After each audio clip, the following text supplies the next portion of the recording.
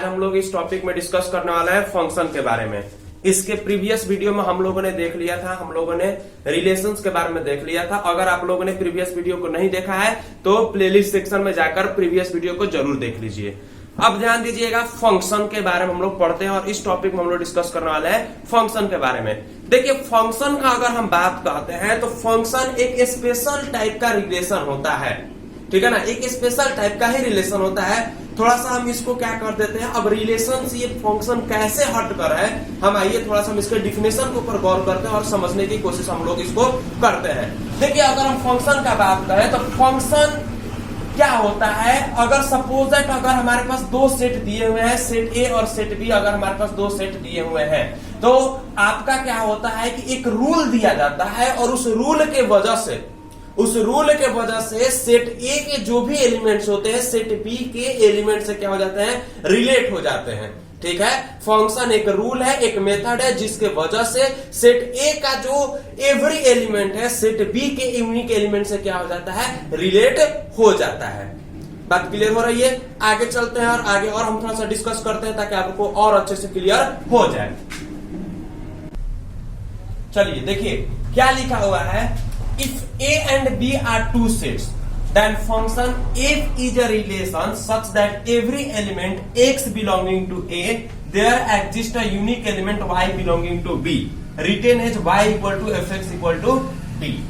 कहने का मतलब यह है कि अगर सपोज दैट अगर हमारे पास दो सेट दिए हुए हैं, सेट a और सेट b, ठीक है, और सेट a और सेट b के साथ कोई रिलेशन है, मतलब सेट a और सेट b के बीच में कुछ रिलेशन है, तो वो रिलेशन फंक्शन तब होगा, ठीक है ना, तब होगा जब a से सपोज दैट x कोई एलिमेंट है जो सेट a में बिलोंग कर रहा है, ठीक है, और y कोई एलिमेंट है जो सेट b में क्या कर रहा है, बिलोंग करने का वो काम कर रहा है। यानी कि तब वो फंक्शन होगा जब every element x belonging to a there exist a unique element y belonging to b। कहने का मतलब कि सेट a में जितने भी उसके एलिमेंट्स होंगे उन सब का एवरी एलिमेंट का क्या होगा, एक b में, सेट b में क्या होगा, एक यूनिक एलिमेंट होगा। और इसको हम लिखते कैसे हैं, y इक्वल टू fx बराबर में b। कहने का मतलब अगर उस फंक्शन में, अगर सपोज दैट हमको जो फंक्शन दिया है, फंक्शन मैंने बताया is a type of a relation, special relation है ये, तो अगर फंक्शन हमारे पास दिया हुआ है और इस फंक्शन में अगर हम इस x के जगह पर, अगर हम इस x के जगह पर कोई हम वैल्यू पुट करते हैं, x क्या है बाबू, a का कुछ एलिमेंट्स है, तो अगर x के जगह पर हम कोई वैल्यू को पुट करते हैं तो हमारे पास y आएगा जो कि सेट b के बराबर जाएगा। बात क्लियर हो रहा है? यानी कि हर एक एलिमेंट x यहाँ पर वेरिएबल, यानी x का वैल्यू चेंज होते जाएगा। बात क्लियर हो रहा है? और y भी यहाँ पर एक वेरिएबल, यानी कि जैसे जैसे x का वैल्यू हम यहाँ पर डालेंगे वैसे ही y का वैल्यू क्या होते जाएगा, वो चेंज होते जाएगा। क्लियर हो रहा है पॉइंट्स? ध्यान दीजिएगा इस बात को कि हर एक एलिमेंट जो कि a से बिलोंग करता है उसके पास एक अपना एक यूनिक एलिमेंट होगा जिसको हम लोग क्या बोलते हैं, जो कि आपके b से क्या करता है, बिलोंग करता है। क्लियर हो रहा है बात? आगे चलता और आगे एक एग्जांपल देता हूं जिससे आपको और अच्छे से समझ में आएगा। चलिए बच्चों एक एग्जांपल लेकर आते हैं। देखिए आपके सामने एक एग्जांपल मैं पेश कर रहा हूं जिसमें सेट ए और सेट बी दिया हुआ है। सेट ए के जो एलिमेंट्स है 1 2 3 है और जो सेट बी के एलिमेंट्स है वो क्या है, 2 3 4। इससे एसोसिएटेड तीन फंक्शंस दिए हुए हैं, f1 f2 और f3। आपके पास तीन फंक्शन इससे एसोसिएटेड दिए हुए हैं। आप ध्यान दीजिएगा यहाँ पर सिर्फ f1 जो है वो फंक्शन है, f2 और f3 फंक्शन नहीं है। f1 सिर्फ क्या है, फंक्शन है, f2 और f3 फंक्शन नहीं है। f1 फंक्शन क्यों है, f1 इसी वजह से फंक्शन है क्योंकि f1 में जो सेट a का जो एवरी एलिमेंट है, सेट ए का जो एवरी एलिमेंट है वो सेट बी के यूनिक एलिमेंट से क्या है, रिलेटेड है, जिसके वजह से f1 फंक्शन है। f2 जो है फंक्शन क्यों नहीं है, इसके बारे में डिस्कस करते हैं। तो ध्यान दीजिएगा यहाँ पर जो एक एलिमेंट है सेट ए का जो कि 1 है, 1 जो है बाबू आप देख सकते हैं उसका रिपीटेशन हुआ है, यानी कि 1 जो है सेट बी के दो एलिमेंट से क्या है, रिलेटेड है। एक आपका 2 से रिलेटेड है और एक आपका किससे रिलेटेड है, 3 से रिलेटेड है। तो यहाँ पर 2 जो है आपका f2 जो फंक्शन नहीं होगा। और f3 का हम बात करते हैं तो f3 में आप देख सकते हैं कि सेट ए का सिर्फ दो ही एलिमेंट्स 1 और 2 सेट ए का सिर्फ एक दो ही एलिमेंट्स 1 और 2 क्या है, सेट बी के दो एलिमेंट से क्या है, रिलेटेड है। सेट ए का एक एलिमेंट जो है वो किसी से रिलेटेड नहीं है, यानी कि उसके पास कोई उसका सेट बी में यूनिक एलिमेंट नहीं है। बात क्लियर हो रहा है? तो यहां पर जो हमने डेफिनेशन पढ़ा था कि एक एलिमेंट का यानी कि एवरी एलिमेंट का एक क्या होना चाहिए, यूनिक इमेज होना चाहिए सेट बी में, तो वो यहां पर डेफिनेशन दोनों में F2 और F3 में क्या हो जाता है, रॉन्ग हो जाता है, जिसके वजह से F1 ही सिर्फ क्या है, फंक्शन है। ठीक है, आगे चलते और कुछ इंपॉर्टेंट पॉइंट्स है उनके बारे में हम लोग डिस्कस करते हैं। चलिए आगे समझते हैं। आगे कुछ इंपॉर्टेंट पॉइंट्स है जो कि फंक्शन से रिलेटेड और बहुत ज्यादा वो इंपॉर्टेंट पॉइंट्स है। पहला ध्यान दीजिएगा कि every element of A must have its image. A का मतलब सेट ए का प्रत्येक एलिमेंट जो है उसका क्या होना चाहिए, उसके बी में क्या होना चाहिए, इमेज होना चाहिए। बात क्लियर हो रहा है? इमेज के बारे में आगे डिस्कस करेंगे क्या होता है इमेज, लेकिन ध्यान दीजिएगा कि every element of A must have its image. छोटा सा जान लेते हैं कि इमेज कहने का मतलब कि हर एक जो भी आपका सेट ए का जो भी एलिमेंट होगा वो क्या होना चाहिए, सेट बी से क्या होना चाहिए, रिलेटेड जरूर होना चाहिए। कोई भी ऐसा एलिमेंट नहीं होना चाहिए जो सेट बी से रिलेटेड नहीं होना चाहिए, हर एक एलिमेंट उससे रिलेटेड होना चाहिए। बात क्लियर हो रहा है? नेक्स्ट बात करते हैं कि जितने भी एलिमेंट्स है सेट ए के, जितने भी एलिमेंट्स है सेट ए के वो क्या होने चाहिए, सेट बी के एक यूनिक एलिमेंट से क्या होना चाहिए, एसोसिएटेड होने चाहिए।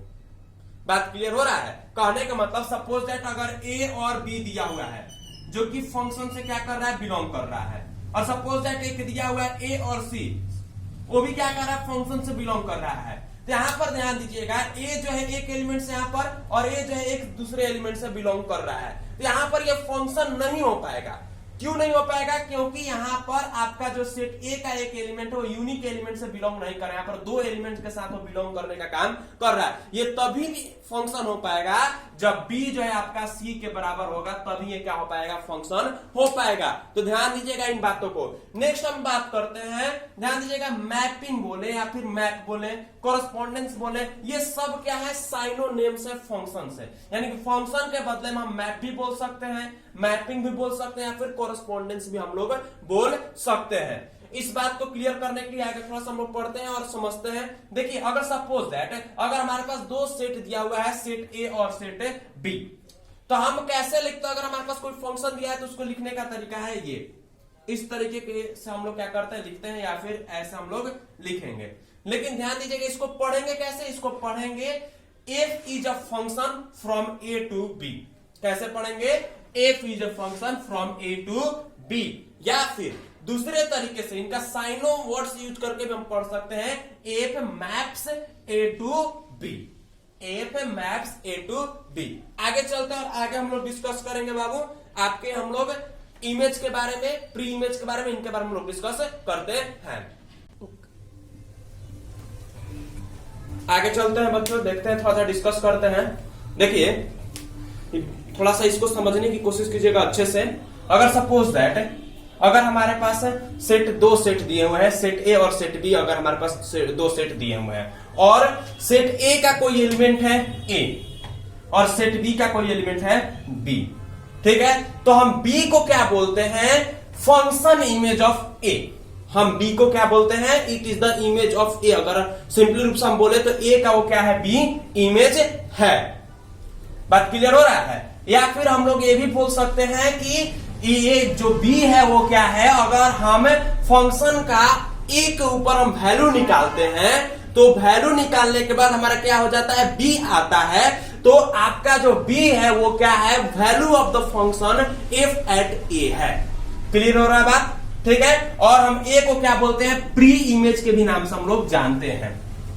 हम b के प्री इमेज हम किसको बोलेंगे, a को बोलेंगे। देखिए इसको हम कैसे लिखेंगे, b इक्वल टू एफ है। कहने का मतलब यही है सिंपल रूप से अगर हम समझे तो, अगर हमारे पास दो सेट दिए हुए, सेट ए और सेट बी, ठीक है, और सेट ए और सेट बी के बीच में कुछ फंक्शन दिया हुआ है, और इस फंक्शन में अगर हम सेट ए का कोई वैल्यू लेते हैं, सपोज दैट कोई एलिमेंट लेते हैं, ए एलिमेंट लेते हैं, तो हमको जो है बी, ये फंक्शन का वैल्यू किसके बराबर हो जा रहा है, बी के बराबर हो जाए, जो कि सेट बी का क्या है, एलिमेंट है। तो यहां पर हम बी को क्या बोलेंगे, इमेज बोलेंगे, और एफ को हम लोग, ए को हम लोग क्या बोलेंगे, बी का प्री इमेज बोलेंगे, और बी को हम लोग इसका इमेज बोलेंगे। या फिर ये भी बोल सकते हैं the value of the function at A equal to B, यानी कि अगर हम उस फंक्शन में ए को पुट करते हैं, सेट ए के एलिमेंट को पुट करते हैं, तो बी के बराबर हो जा रहा है। आइए इसको अच्छे से समझने के लिए हम एक एग्जांपल लेते हैं और उस एग्जांपल को हम लोग अच्छे से समझने की कोशिश करते हैं। देखिए एक पुराना एग्जांपल जो मैं इससे पहले लाया था उसी को फिर से लेकर आता हूं। आप देख सकते हैं इसमें दो सेट दिए हुए हैं, सेट ए और सेट बी। सेट ए के जो एलिमेंट्स है 1 2 3 है, और सेट बी के जो एलिमेंट्स है वो 2 3 4 है। इसके साथ एक फंक्शन दिया हुआ है f1, और इस फंक्शन के वजह से आपके सेट ए की एवरी एलिमेंट जो है वो सेट बी के एवरी एलिमेंट से क्या है, रिलेटेड है। बात क्लियर हो रहा है? तो सेट ए के अगर हम इस फंक्शन का बात करें तो आप देख सकते हैं 1 जो है 2 से रिलेटेड है, 2 जो है 3 से, और 3 जो है 4 से है।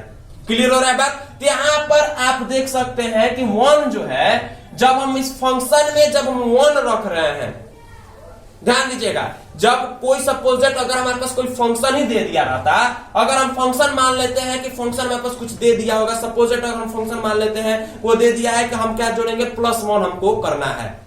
बात क्लियर हो रहा है? तो हम अगर फंक्शन का वैल्यू अगर 1 यहां पर पुट करते हैं तो 1 + 1 करेंगे तो 2 आ जा रहा है, आ रहा है ना 2।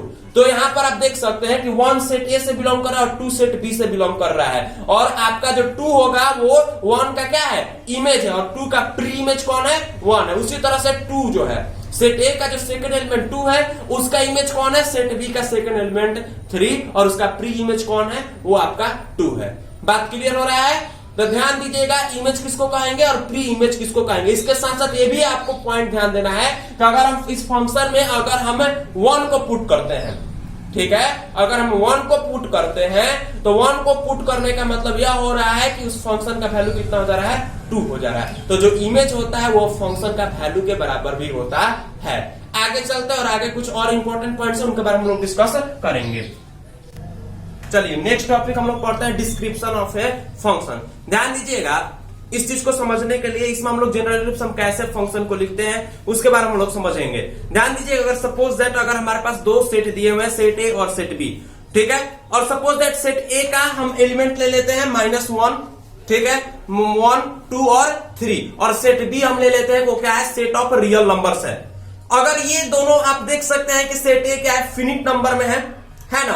अगर इनसे कोई फंक्शन दिया हुआ है, कोई इनसे फंक्शन के वजह से दोनों सेट ए और सेट बी क्या है, एक दूसरे से रिलेटेड है, और उस फंक्शन के वजह से अगर उस फंक्शन में हम -1 को पुट कर रहे हैं जो सेट ए का एलिमेंट है, तो किसके बराबर चला जा रहा है, 3 के बराबर चला जा रहा है। अगर हम उसमें 1 पुट करते हैं तो 0 के बराबर चला जा रहा है, 2 पुट करते हैं तो 3/2 के बराबर चला जा रहा है, और 3 पुट करते हैं तो किसके बराबर चला जा रहा है, 0 के बराबर चला जा रहा है। तो हम इस तरीके से तो हम लोग फिनिट सेट्स में हम इस तरीके से फंक्शंस को हम लोग लिख सकते हैं। लेकिन अगर हमारे पास इनफिनिट सेट्स आ जाए, सपोज दैट अगर हमारे पास सेट ए और सेट बी आ जाए, और सेट ए भी जो है वो सेट ऑफ नेचुरल नंबर्स हो जाए, और जो सेट बी है वो भी क्या हो जाए, सेट ऑफ नेचुरल नंबर से हो जाए, तो अगर हमको यहाँ पर कोई फंक्शन होता है तो हम फंक्शन को क्या करते हैं, जनरली किसी फॉर्मूले की मदद से हम लोग क्या करते हैं, फंक्शन को दर्शाने का हम लोग काम करते हैं। जैसे एग्जांपल के लिए हम लिख सकते हैं fx = x³ + 1। बात क्लियर हो रहा है, fx = x³ + 1। अब यहाँ पर हम क्या करेंगे, x के जगह पर हम क्या करेंगे, सेट ए के जो आपके जो सेट ए के जो एलिमेंट है यहाँ पर हम वैल्यू को पुट करेंगे, और आप देख सकते हो कि सेट बी के क्या हो जा रहा है, बराबर हो जा रहा है। ठीक है, इसके साथ हमारा जो फंक्शन होता है आज का लेक्चर समाप्त होता है। आगे के वीडियोस में हम लोग डिस्कस करेंगे, आगे चलेंगे और हम डोमेन, कोडोमेन, रेंज, इन सब चीज के बारे में हम लोग डिस्कस करेंगे। तब तक के लिए वीडियो को लाइक कीजिए, शेयर कीजिए और चैनल को सब्सक्राइब कीजिए। Thank you.